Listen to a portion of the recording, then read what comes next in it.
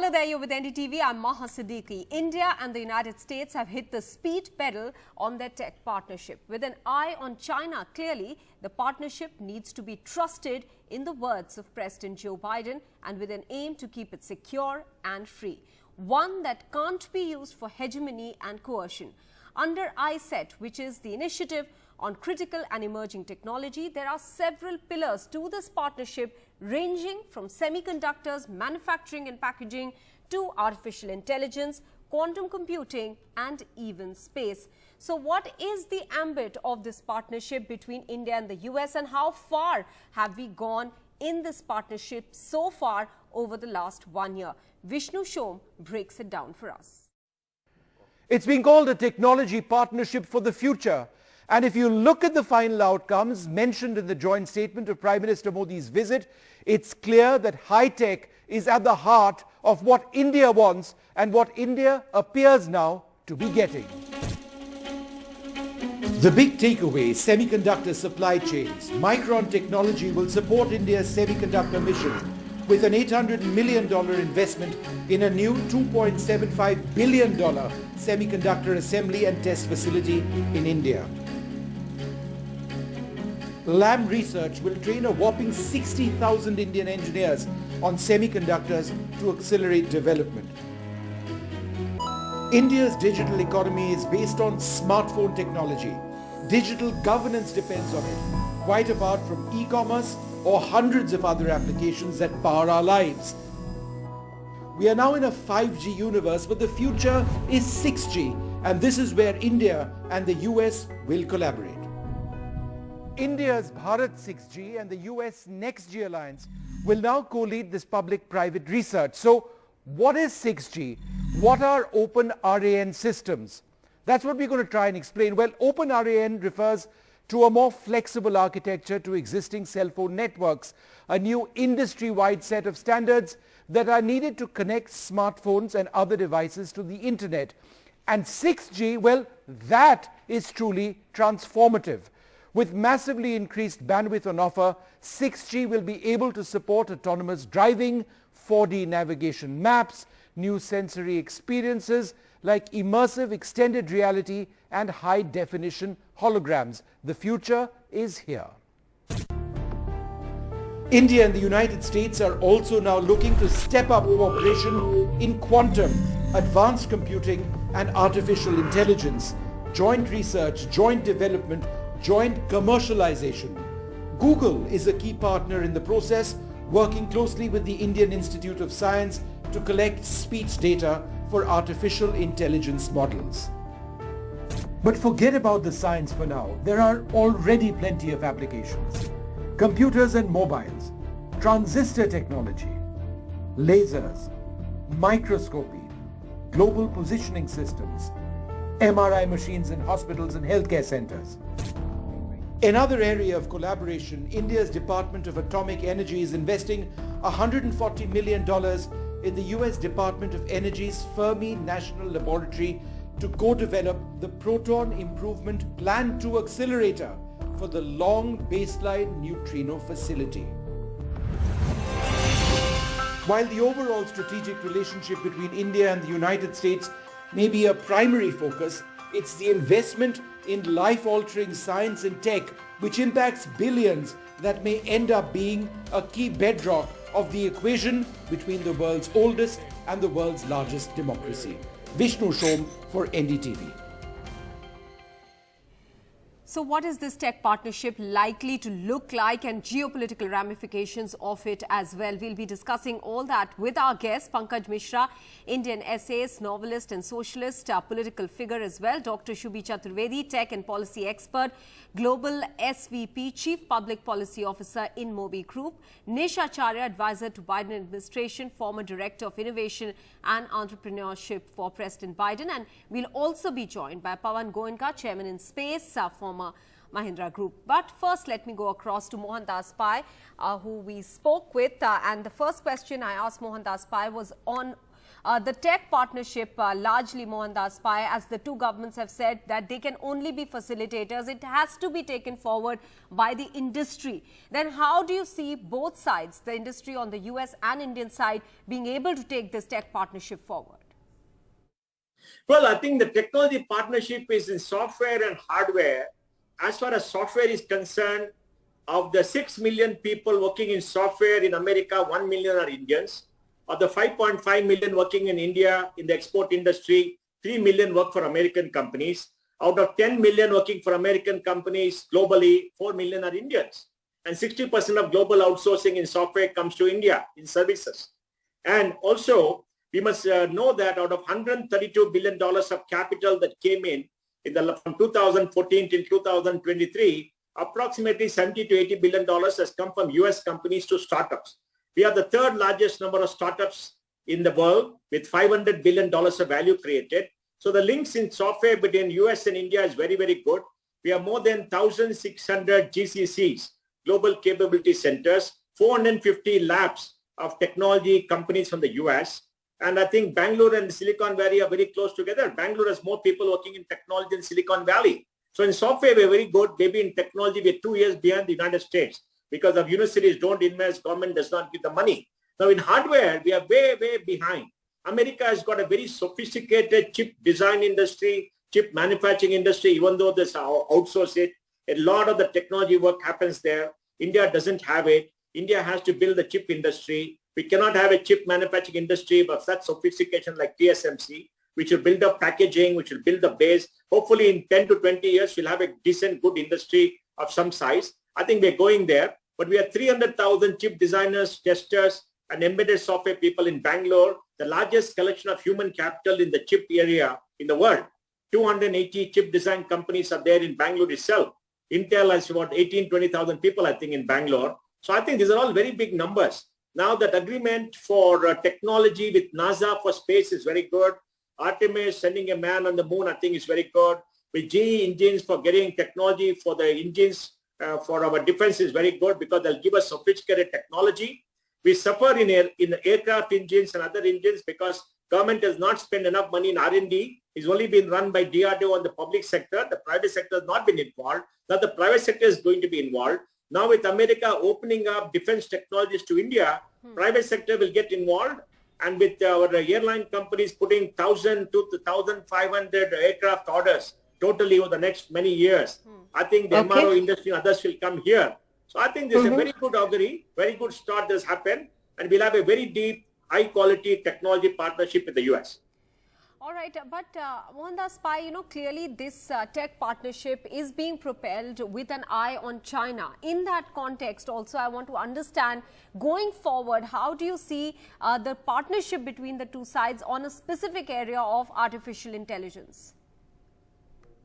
Well, India has the third largest number of human capital in artificial intelligence. So the US-India working together will be the top superpower in AI. India has got the human capital, US has got the technology, the algorithms and capital. China has spent $150 billion in the last many years on AI. They're very sophisticated, far ahead. They got a huge database, etc. India has got huge databases, human capital, many, many companies working in that area, but we lack capital, we lack processing power, we don't have enough cloud capacity, etc., which the US has. So US-India working together, and they're already working together much before what the government has done. I think it's very good. So together we can be a force multiplier and, we can match China, better China together. US alone cannot do it. They don't have the human capital to match China. India has the human capital, doesn't have the capital and the technology and the computing power. So I think together, both countries see each other as a force multiplier. And I think that's a very good augury. This is going to be a high growth area. You must know that a huge amount of human capital is engaged in AI in India too. We don't have the sophistication of the top 10% which the US has. Apart from that, I think they're pretty good. Okay, but as we've already mentioned, this has geopolitical ramifications as well. So now that it is very obvious that India and the US are coming together in a tech partnership, how do you see or what do you anticipate could be the response from the Chinese side? Well, China will obviously accelerate investment. Remember, China has $4 trillion of foreign exchange reserves. is a $20 trillion economy. They reportedly spent $700 billion on defense, almost matching the US, right? At the new report. But they will spend more. They got human capital, they got money, they got computing power, they got hardware, they got everything. They don't lack anything except the top sophistication. They don't have those etching machines made by ASML in Netherlands, which is used for chip manufacturing, where there's a monopoly. Otherwise, Applied Material in the US make those machines. So obviously at the top end, China is lacking, top 10, 20%. They're behind maybe 2-3 years, but they're catching up. They got the capacity to invest, they got everything. And as far as the US is concerned, you know, the US has outsourced all the chip manufacturing plant. They're spending $60 billion to get them in. Japan is accelerating. Intel is investing in Israel and Germany. So a lot of investment is happening by American companies because America understands that China is dominating and they can't depend on China.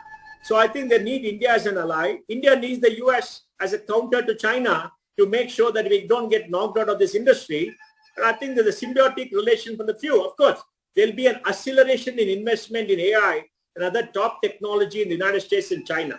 Because now the battle lines are very clear, and India as a partner of the US will be a force multiplier, and US as a technology partner will be a force multiplier for India too. All right. Mohandas Pai, many thanks for speaking with NDTV on this subject. Let me now go across to our guests who are joining us here.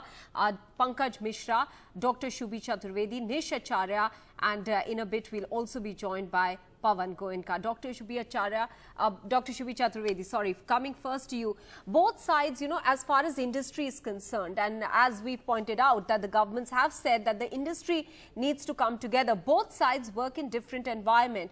It also has fallouts on domestic politics regarding jobs, for instance, if I can just cite one example. Under these circumstances, what are the big challenges going ahead in this tech partnership, and what are the advantages that both sides can look at, or common meeting ground that both sides can look at taking this forward? Maha, thank you so much. And I think this is a historic moment in the US-India partnership. There are several wins that the Prime Minister as well as our senior ministers have achieved during this meeting. It is truly a meeting of minds. It's very critical to understand the geopolitical scenario in which we're having this discussion. You very rightly alluded to a few neighboring countries.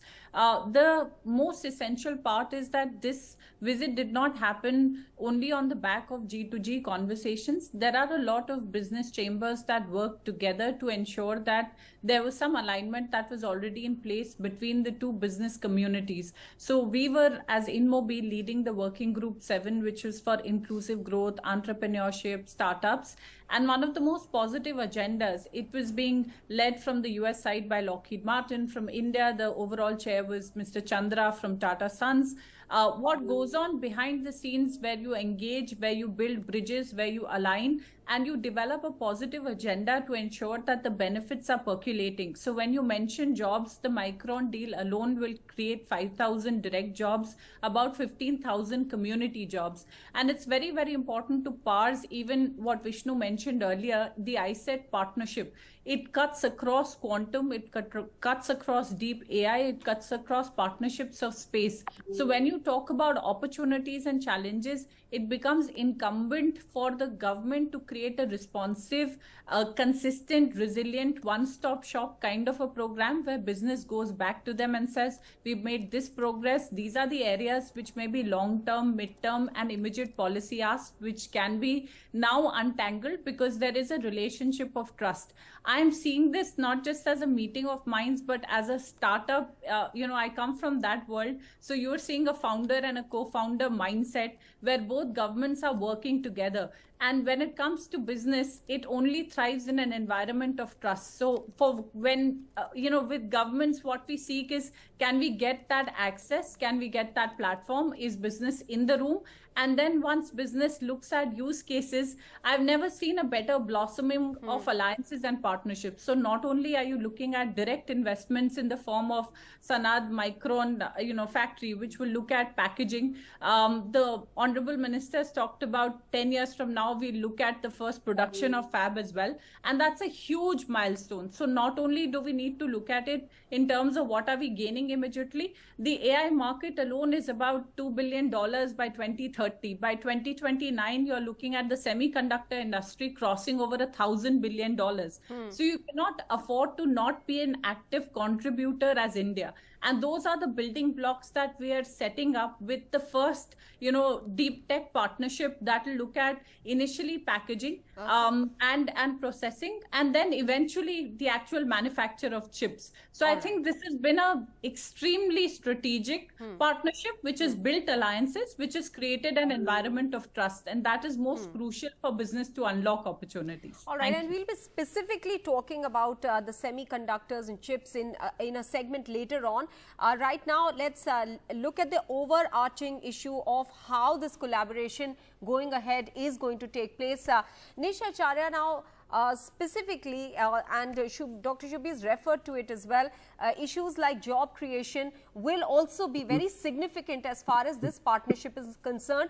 We saw President Biden alluding to that, even though the Boeing and Air India deal was done some time back. He specifically once again referred to it during the joint press conference. Crux of the matter, I mean, these big partnerships look good on paper overall, but at the end of the day, as politicians, both sides have to justify this to their people and constituency also, isn't it? Yeah, it's true. I think the important thing to note is a little bit of historical context about last week's visit. So the relationship between U.S. and Indian business actually dates back 30 years, right? So as Mohandas mentioned, so many American companies have been working with their Indian partners now for 25, 30 years now. And so it has actually always been a bottoms-up, business-driven relationship. The amount of venture capital invested from Silicon Valley or Boston into India has for 25 years been growing. And it's been growing in terms of diversity, not just software and BPO, but now it's high-end deep tech and things like that. So this has always been a bottoms-up relationship. And interestingly enough, for the first time last week, what we saw is that the Indian American community is politically relevant for both world leaders. And that's really important to your question about politics. So President Biden needs the 5 million Indian American voters in his reelection. And Prime Minister Modi has quite a large fan club here in the United States as well, and relies on them for fundraising, support, all of those sorts of things. And so it's probably the only relationship in the world where both leaders benefited from that White House ceremony and all of the other activities. I think what we're going to see a focus on actually is not so much these big deals, because those take a long time and they're newsworthy. I think the 4 areas that the Secretaries of Commerce, the Minister of Commerce, the Minister of External Affairs, Secretary of State have set upon. One is this deep tech AI area, where there's actually quite a lot of joint level of research and knowledge. But the other 3 areas are supply chain, which is manufacturing, where India needs to build its capacity, pandemic preparedness for the next global emergency, where the United States wants leadership from India as well as preparedness, and then lastly, climate change. And I think in those 3 areas particularly, India needs to develop its capacity. It needs to develop its capabilities of its management, its investment, and the U.S. can be a partner in that. And geostrategically, the U.S. understands that when India builds that capacity, the financial benefits to America, the geostrategic benefits to America far outweigh trying to do the same things with 10 smaller countries. So I think we're at a unique time where politically this relationship aligns for both leaders, and geopolitics makes it the best path forward. The question will be, does it align with the politics in India, and will that work for the Prime Minister moving forward? Pankaj Mishra, taking this a step forward, it's not just about people, but also President Biden specifically mentioned about the generation ahead. He said that we want to create a secure environment for our children. So the partnership has to be trusted and secure. Do you think that this kind of the usage of words is something to also try and break down why this tech partnership is important to the level of the common man? How to make them understand why this relationship is important? Yes, Maha, it is, in fact, and trust is the key here. I think one of the important points that's getting missed out is the problem of trust that China has. And when you look at a field like AI, not just hardware, trusted data and trustworthiness of an AI model is a very important thing. And I think Mohandas was mentioning earlier that with India's human talent, the capacity that we have of so much of AI talent and engineers, and US is offering core technology, I think that is where it is going to create magic. The one additional point I would like to make is beyond these numbers, I think what is going to happen with so much of focus on AI and semiconductor is that from being just a consumer of products, consumer of technology, a market, India is going to be in a position where we will shape the future of technology. And that is an important point, because in future, a lot of products that you will see come out in the world would happen out of here. And that is a more generational thing. It is going to take a decade or two, but with these alliances in place, beyond from India is going to transition from being a consumer to being a shaper, an influencer of the products that will change people's lives and the work across the world. Okay, for the moment we'll leave it at that, but we'll come back after a very quick break to take this thought forward. Dr. Shubhi Chaturvedi, Nish Acharya and Pankaj Mishra are going to be with us. Stay with us.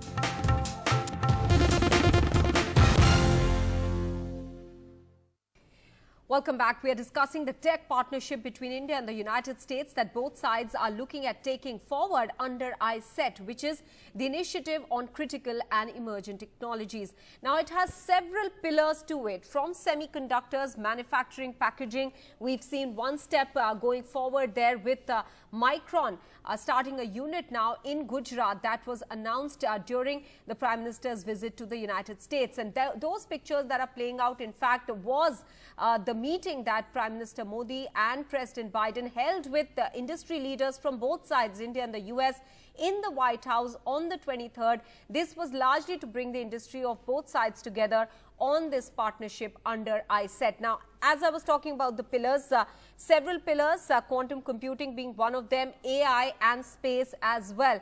But let's first talk about investments that we are likely to see otherwise coming in. Some of them are playing out there for you.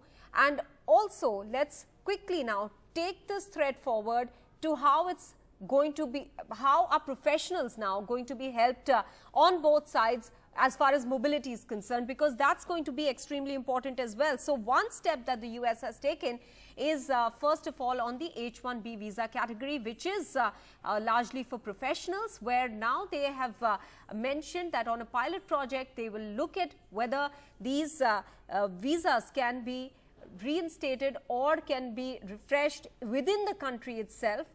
The people holding H-1B visas and whose visas is expired don't need to come back to India for getting their visas.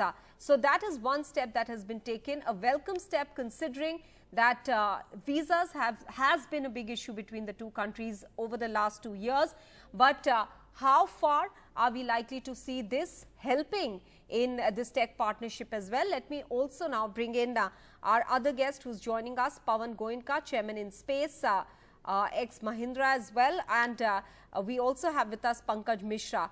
Pawan Goenka, I want to come first to you since you've just joined us, sir. Before we talk about other aspects, space and trade, and separately we'll talk about all those issues as well, I want to get your thoughts on how do you see this move by the US side. It's a policy change on renewal of H-1B visa that can later on now, the first pilot project will start and then they aim to renew it now in the United States rather than the person traveling back. Is this keeping in mind the tech partnership that we are going to see between the two countries becoming stronger as they have announced? Well, clearly, this is going to be a big relief to mostly tech employees who are working in US on H-1B visa or L-1 visa. L-1 will, of course, come later. Right now, it is H-1B. And it was very cumbersome in the current situation to get the H-1B visa resumed. And this combined with the news on opening of the new consulates in 2 cities in India, I think it's going to be a very big relief. And coming with it clearly is an implied assumption that USA is looking at H-1B visa a little bit more liberally than what they have looked at in the past. That's an implied assumption. And therefore, I think all in all, it will be very good. And obviously, reverse side is also true, as India will be opening another consulate in Seattle and perhaps one or two more. So now, if we specifically talk about the areas under iCET, there is semiconductors, there is quantum computing, AI, space. We've just discussed some bits of semiconductors, manufacturing, packaging. I want to specifically ask you about space cooperation. There has been some announcement where the human flight to the International Space Station will carry one Indian astronaut as well. What is the first reaction when you heard this announcement? What was the first inference you drew from it, sir? So I think the first inference that I take from this, which goes beyond the specific announcements, is that US is now more open to sharing space technology with India. There are a lot of restrictions in space technology currently because of dual use that many of the space technology have. India, of course, USA has been inviting India for Artemis Accord for 2-3 years, and finally India has accepted that and agreed to that. But taking an Indian astronaut on ISS is a very, very big move, because that would also mean that our astronauts who will finally will be prepared for the human space flight of India will get trained in the US system for India space station. And a lot of new sort of ways and technologies will come from that. When we look at what is not yet announced and perhaps in the works, there was a mention of Honorable Prime Minister talking to Boeing about doing more in space in India. And in space also is in dialogue with Boeing to see in what way can Boeing come into India and bring technology and manufacturing to US. Similarly, conversation with Mr. Elon Musk on Starlink also means that that's a technology that currently is not available in a major way to Indian users, the satellite broadband. And that also coming into India, not just through Starlink, but many other operators. And general approach on how US can open more of space technology. There is something called ITAR, which restricts dual use technology, which includes space. And there are a lot of dialogues going on right now on how India can become a more strategic partner with US on sharing space technology. So therefore, overall, I think I take this as an indication of US opening up its doors. You pointed out US, this step shows that US is willing to share space technology with India. Does it have to do anything with the fact that 4 Indian cosmonauts have also been trained for Gaganyaan in Russia? Is there that geopolitical angle as well? Well, I would put these two things separate and not connected. And a lot of time has passed since the agreement between US and India and Russia on the human space flight. And a lot of geopolitical situation has changed in the meantime, as we all aware. And therefore, perhaps new equations are being created. But as far as the human flight is concerned, the 4 astronauts that have been trained by Russia, that's a separate matter, and what will happen with the International Space Station, separate matter. What I would like to just add is that this whole change that we are seeing in the space economy, space sector in India, which is driven personally by Honorable Prime Minister, I think the various things that we're seeing happening and the interest that we're seeing happening in Indian space sector by powerful countries in the space arena, such as US and even Europe, it bodes very well for how our space sector will grow. And all credit has to go for opening up of the space sector that has happened over the last 2 years and various initiatives that the government has taken for that. Pawan Goenka, we all know that modern warfare will be fought in space. I mean, of course, at the moment we are seeing a war in Ukraine, but space plays a very critical role in communication, and communication is very important in warfare.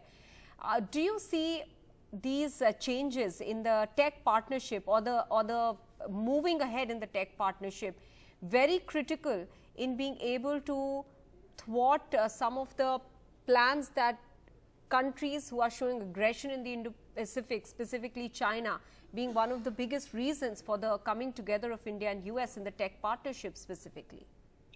I would like to put it this way, that India is committed to peaceful use of space. In fact, Artemis Accord signing is one more proof that India is committed to peaceful use of space. At the same time, if there is an aggression in space, or through space. India has to be in a position to defend itself very well. And that's what India is preparing for. Just like in many other things, India does not want to be using space for warfare, but certainly not let others use it against India either. And that's what the various technologies that are being developed within India and with the help of the partnerships that are unfolding constantly. That's what we're preparing ourselves for. And I think what many people may not realize that when it comes to space, the technology that India has in its own possession, even without these partnerships, is certainly not a dated technology. It is something that is right up there. And we are in many ways very well prepared for that kind of scenario. And these are not things that get talked about generally in public. So there's a lot of things that happen. Even I won't be aware of everything that's happening in that arena. So under iCET, so there are several aspects. We've discussed space, there's semiconductors, quantum computing, artificial intelligence. Which would be the biggest challenge for the two sides to collaborate on effectively, and which could perhaps be the lowest hanging fruit? That's a very difficult question for me to answer. Let me say that if I was to reflect back on the visit of the Honorable Prime Minister and various things that got announced, perhaps technology is the one where we have had the biggest impact in terms of things that have been announced. Right? For India, the most impactful would be the agreement on the semiconductor, because it's something that India has been struggling with for some time. We do not have any sort of concrete commitment yet, and this is the first time we have a concrete commitment. And that will therefore be most impactful. And I think in some ways, though it may be a stretch to say lowest hanging fruit, the reason I'm saying that is that it's not unknown. It's something that micro technology knows what needs to be done. It's a matter of justifying the investment with the help of the incentive the Indian government has given, and it has moved far enough that I don't see it going back now. And therefore, that is most impactful and perhaps lowest hanging.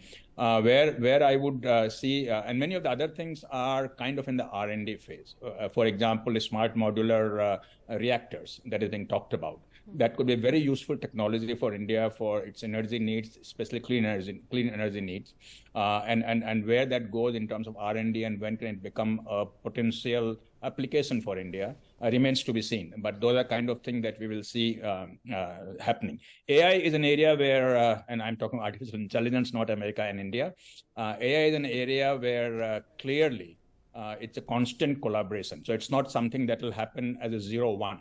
And there's a lot of technology that is available with Indian IT companies also. A lot of it is being developed right now. AI, I think I would have to say that USA is perhaps more advanced in terms of AI technology. And this collaboration definitely will be good for India in the long run. How much of it will happen, how fast it will happen is perhaps difficult to pinpoint at this point. Another very impactful thing, which has multiple implications, is the GE-HAL deal for fighter engine. Yes. The reason it's very impactful is that this is the first time this level of technology has been given out by USA to India.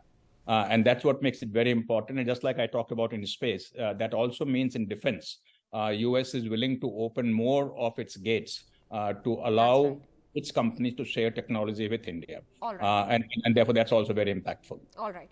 We'll have to leave it at that, sir. This ambit is too huge and one can keep on discussing the nitty-gritties and the various pillars under iCET. But many thanks for speaking with us and helping us understand this very complex, specifically space collaboration that we are likely to see between India and the United States. With that, we're taking a very quick break. We'll be back with a lot more. Stay with us.